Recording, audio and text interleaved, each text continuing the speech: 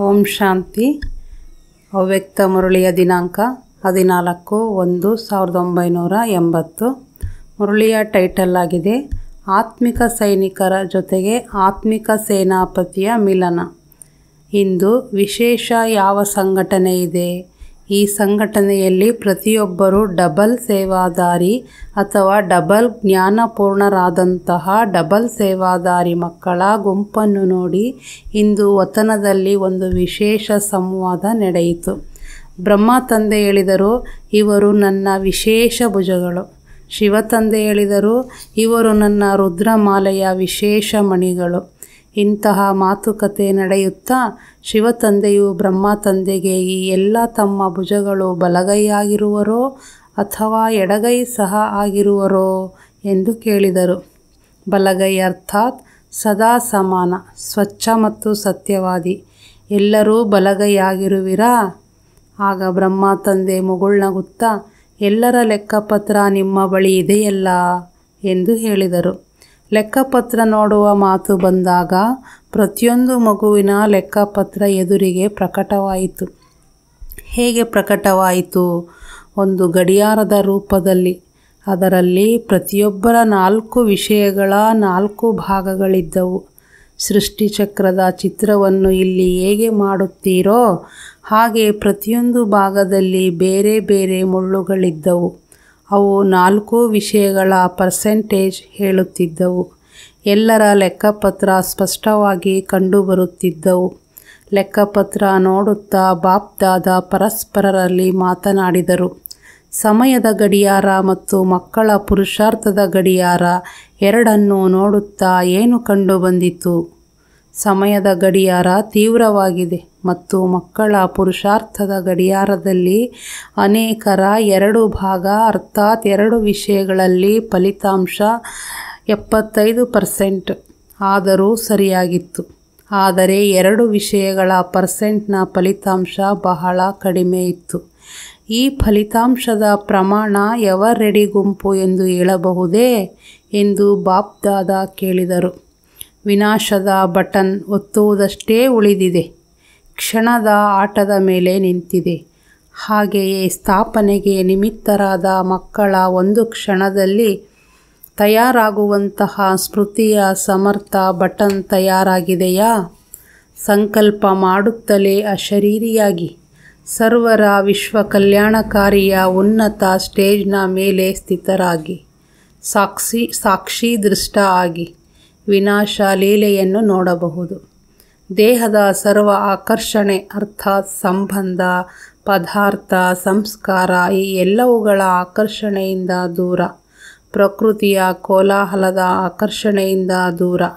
ಫರಿಷ್ಠೆಯಾಗಿ ಉನ್ನತ ಸ್ಟೇಜ್ ಮೇಲೆ ಸ್ಥಿತರಾಗಿ ಶಾಂತಿ ಮತ್ತು ಶಕ್ತಿಯ ಕಿರಣಗಳನ್ನು ಸರ್ವ ಆತ್ಮಗಳಿಗೆ ಕೊಡುವಂತಹ ಸ್ಮೃತಿಯ ಬಟನ್ ತಯಾರಿದೆಯಾ? 2 ಬಟನ್ ತಯಾರಾದಾಗ ಸಮಾಪ್ತಿಯಾಗುವುದು. ಈ ಗುಂಪನ್ನು ನೋಡುತ್ತಾ ವತನದಲ್ಲಿ ಲೆಕ್ಕಪತ್ರವು ಪ್ರಕಟವಾಯಿತು. ಬಾಹುಬಲದ ಸೇನೆಯಲ್ಲಿಯೂ ವಿವಿಧ ಪ್ರಕಾರದ ಸೈನಿಕರಿರುತ್ತಾರೆ.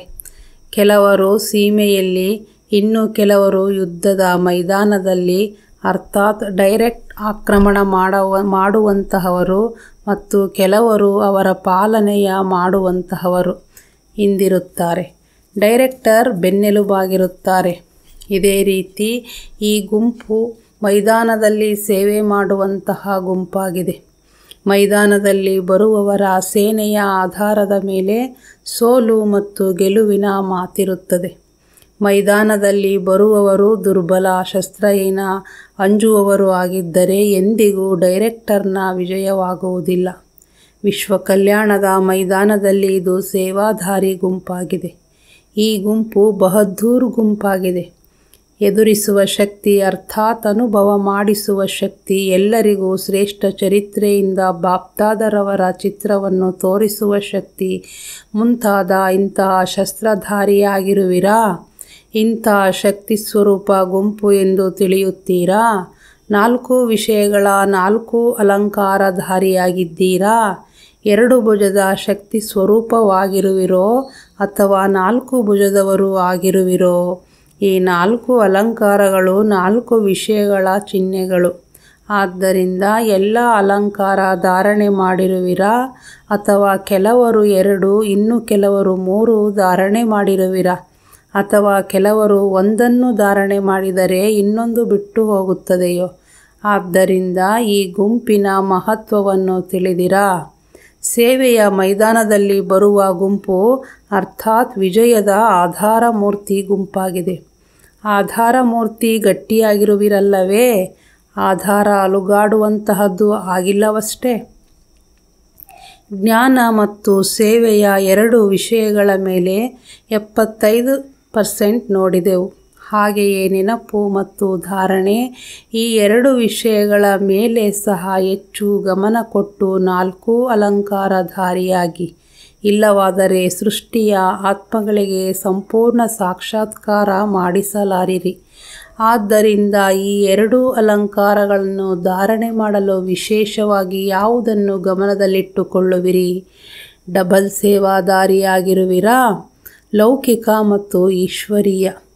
ಶರೀರ ನಿರ್ವಹಣೆಗಾಗಿ ಮತ್ತು ಆತ್ಮ ನಿರ್ವಹಣೆಗಾಗಿ ಡಬಲ್ ಸೇವೆ ಸಿಕ್ಕಿದೆ ಮತ್ತು 2 ಸೇವೆ ಬಾಪ್ದಾದರವರ ಆದೇಶದಂತೆ ಸಿಕ್ಕಿದೆ.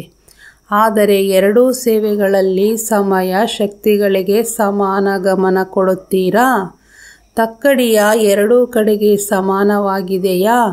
ಮುಳ್ಳುಗಳನ್ನು ಸರಿಯಾಗಿ ಇಟ್ಟುಕೊಳ್ಳುತ್ತೀರಾ, ಅಥವಾ ಮುಳ್ಳು ಇಲ್ಲದೆಯೇ ತಕ್ಕಡಿಯನ್ನು ಇಟ್ಟುಕೊಳ್ಳುತ್ತೀರೋ? ಮುಳ್ಳಾಗಿದೆ ಶ್ರೀಮತ. ಶ್ರೀಮತದ ಮುಳ್ಳು ಸರಿಯಾಗಿದ್ದರೆ 2 ಕಡೆಗೂ ಸಮಾನವಾಗಿರುತ್ತದೆ. ಅರ್ಥಾತ್ ತಕ್ಕಡಿಯ ಸಂತುಲನೆ ಸರಿಯಾಗಿರುತ್ತದೆ. ಮುಳ್ಳು ಸರಿಯಾಗಿಲ್ಲದಿದ್ದರೆ ಸಂತುಲನೆ ಸರಿಯಾಗಿರಲಾರದು. ಕೆಲವು ಮಕ್ಕಳು ಒಂದು ಕಡೆಗೆ ಹೆಚ್ಚು ಭಾರವನ್ನು ಇಡುತ್ತಾರೆ. ಹೇಗೆ? ಲೌಕಿಕ ಜವಾಬ್ದಾರಿಗಳನ್ನು ನಿಭಾಯಿಸಲೇಬೇಕು ಎಂದು ತಿಳಿಯುತ್ತಾರೆ ಮತ್ತು ಈಶ್ವರೀಯ ಜವಾಬ್ದಾರಿಗಳನ್ನು ಸಹ ನಿಭಾಯಿಸಬೇಕಲ್ಲವೇ ಎಂದು ಹೇಳುತ್ತಾರೆ. ಅದನ್ನು ನಿಭಾಯಿಸಲೇಬೇಕು ಮತ್ತು ಇದನ್ನು ನಿಭಾಯಿಸಬೇಕಲ್ಲವೇ ಎಂದಾಗಿದೆ. ಆದ್ದರಿಂದ ಒಂದು ಕಡೆಗೆ ಭಾರ ಹೆಚ್ಚಾಗುತ್ತದೆ ಮತ್ತು ಫಲಿತಾಂಶ ಏನಾಗುತ್ತದೆ? ಭಾರವು ಅವರನ್ನೇ ಕೆಳಗೆ ತಳ್ಳುತ್ತದೆ, ಮೇಲಕ್ಕೆ ಏಳುವುದಿಲ್ಲ. ಭಾರವಿರುವ ಕಡೆಗೆ ಸದಾ ಭೂಮಿಯು ತಾಗುತ್ತದೆ ಮತ್ತು ಹಗುರವಾಗಿರುವುದು ಮೇಲಕ್ಕೆ ಏಳುತ್ತದೆ ಮತ್ತು ಸಮಾನವಾಗಿರುವುದು ಸಹ ಮೇಲಕ್ಕೆ ಏಳುತ್ತದೆ. ಕೆಳಗಡೆಗೆ ನೆಲ ತಾಗುವುದಿಲ್ಲ. ನೆಲಕ್ಕೆ ತಾಗುವ ಕಾರಣ ಭೂಮಿಯ ಆಕರ್ಷಣೆಯ ವಶವಾಗುತ್ತದೆ. ಭಾರದ ಕಾರಣ ಈಶ್ವರೀಯ ಸೇವೆಯ ಮೈದಾನದಲ್ಲಿ ಹಗುರರಾಗಿ ಸದಾ ಸಫಲತೆಯ ಮೂರ್ತಿ ಆಗಲಾರರು. ಕರ್ಮ ಬಂಧನದ ಲೋಕ ಮರ್ಯಾದೆಗಳ ಭಾರ ಕೆಳಗೆ ತರುತ್ತದೆ. ಯಾವ ಜಗತ್ತನ್ನು ಬಿಟ್ಟಿರುವಿರೋ ಆ ಜಗತ್ತಿನ ಮರ್ಯಾದೆಗಳನ್ನು ಇಡುತ್ತೀರಿ ಮತ್ತು ಯಾವ ಸಂಗಮ ಯುಗದ ಅಥವಾ ಸಂಗಮ ಲೋಕದವರು ಆಗಿರುವಿರೋ ಆ ಲೋಕದ ಮರ್ಯಾದೆಯಂತೆ ನಡೆಯುವುದನ್ನು ಮರೆಯುತ್ತೀರಿ.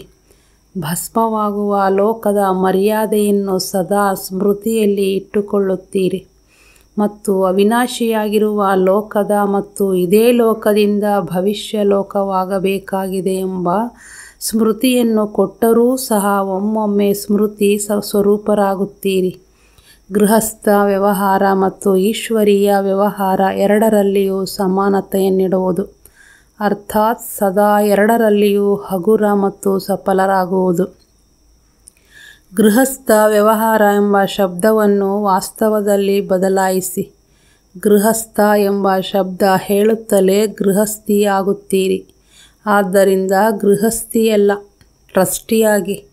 ಗೃಹಸ್ಥ ವ್ಯವಹಾರವಲ್ಲ, ನಿಮಿತ್ತ ವ್ಯವಹಾರವಿದೆ. ಗೃಹಸ್ಥಿಯಾದಾಗ ಏನು ಮಾಡುತ್ತೀರಿ? ಗೃಹಸ್ಥಿಗಳ ಯಾವ ಆಟವಿದೆ? ಗೃಹಸ್ಥಿಯಾದಾಗ ನೆಪಗಳನ್ನು ಬಹಳ ಹೇಳುತ್ತೀರಿ. ಹೀಗೆ ಮತ್ತು ಹಾಗೆಯ ಭಾಷೆಯನ್ನು ಬಹಳ ಆಡುತ್ತೀರಿ. ಹೀಗಿದೆಯಲ್ಲವೇ, ಹಾಗಿದೆಯಲ್ಲವೇ, ಮಾತನ್ನೂ ಸಹ ಹೆಚ್ಚು ಉದ್ದ ಅಗಲ ಮಾಡುತ್ತೀರಿ. ಇದನ್ನು ಮಾಡಲೇಬೇಕಾಗುತ್ತದೆ. ಇವರು ಹಾಗೆಯೇ ಇದ್ದಾರೆ, ಹೀಗಿದ್ದಾರೆ ಎಂಬ ಪಾಠವನ್ನು ತಂದೆಗೆ ಮಾಡುತ್ತೀರಿ ಎಂಬುದನ್ನು ತಾವು ತಿಳಿದೇ ಇದ್ದೀರಿ. ಟ್ರಸ್ಟಿಯಾಗಿ. ಆಗ ನೆಪಗಳು ನಾಶವಾಗಿ ಏರುವ ಕಲೆಯ ಆಟ ಶುರುವಾಗುತ್ತದೆ. ಆದ್ದರಿಂದ ತಮ್ಮನ್ನು ಗೃಹಸ್ಥ ವ್ಯವಹಾರದವರು ಎಂದು ತಿಳಿಯಬೇಡಿ. ನಿಮಿತ್ತರಾಗಿ ವ್ಯವಹಾರವನ್ನು ಮಾಡುವವರು. ಬೇರೆಯವರು ಜವಾಬ್ದಾರರಾಗಿದ್ದಾರೆ, ನಿಮಿತ್ತರು ತಾವಾಗಿದ್ದೀರಿ.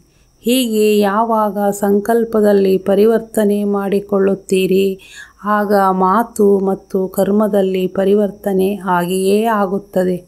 ಆಗ ಇಂತಹ ಗುಂಪಿನ ಒಬ್ಬೊಬ್ಬರು ಬಹಳ ಕಮಾಲ್ ಮಾಡಬಹುದು.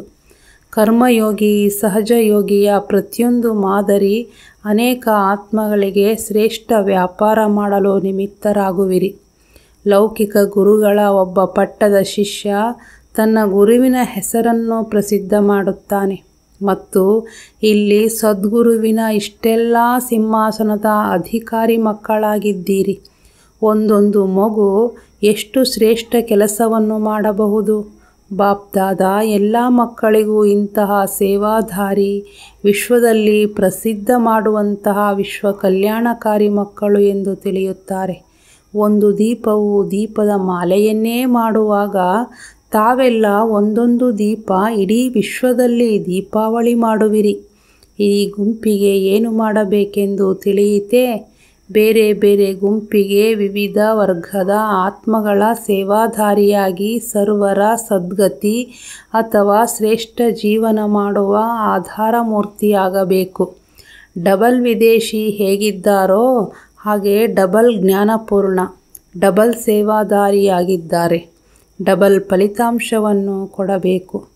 ಈ ರೀತಿ ಸದಾ ಸರ್ವ ಬಂಧನ ಮುಕ್ತ, ಸದಾ ಜೀವನ್ಮುಕ್ತ, ವಿಶ್ವದ ಶೋಕೇಸ್ನ ವಿಶೇಷ ಶೋಪೀಸ್, ವಿಶ್ವ ಪರಿವರ್ತನೆಯ ಆಧಾರಮೂರ್ತಿ, ಸದಾ ಶ್ರೀಮತದ ಆಧಾರದ ಮೇಲೆ ಸ್ವನ ಉದ್ಧಾರ ಮತ್ತು ವಿಶ್ವದ ಉದ್ಧಾರ ಮಾಡುವಂತಹ ಸದಾ ವಿಶ್ವ ಸೇವಾಧಾರಿಗಳಿಗೆ, ಬೇಹದ್ದಿನ ಸೇವಾಧಾರಿಗಳಿಗೆ ಬಾಪ್ದಾದರವರ ನೆನಪು, ಪ್ರೀತಿ ಮತ್ತು ನಮಸ್ತೆ. ಅದೇ ರೀತಿ ನಾವು ಮಕ್ಕಳು ತಂದೆಗೆ ನೆನಪು, ಪ್ರೀತಿ ಮತ್ತು ನಮಸ್ತೆ ನಮಸ್ತೆ ನಮಸ್ತೆ. ಓಂ ಶಾಂತಿ.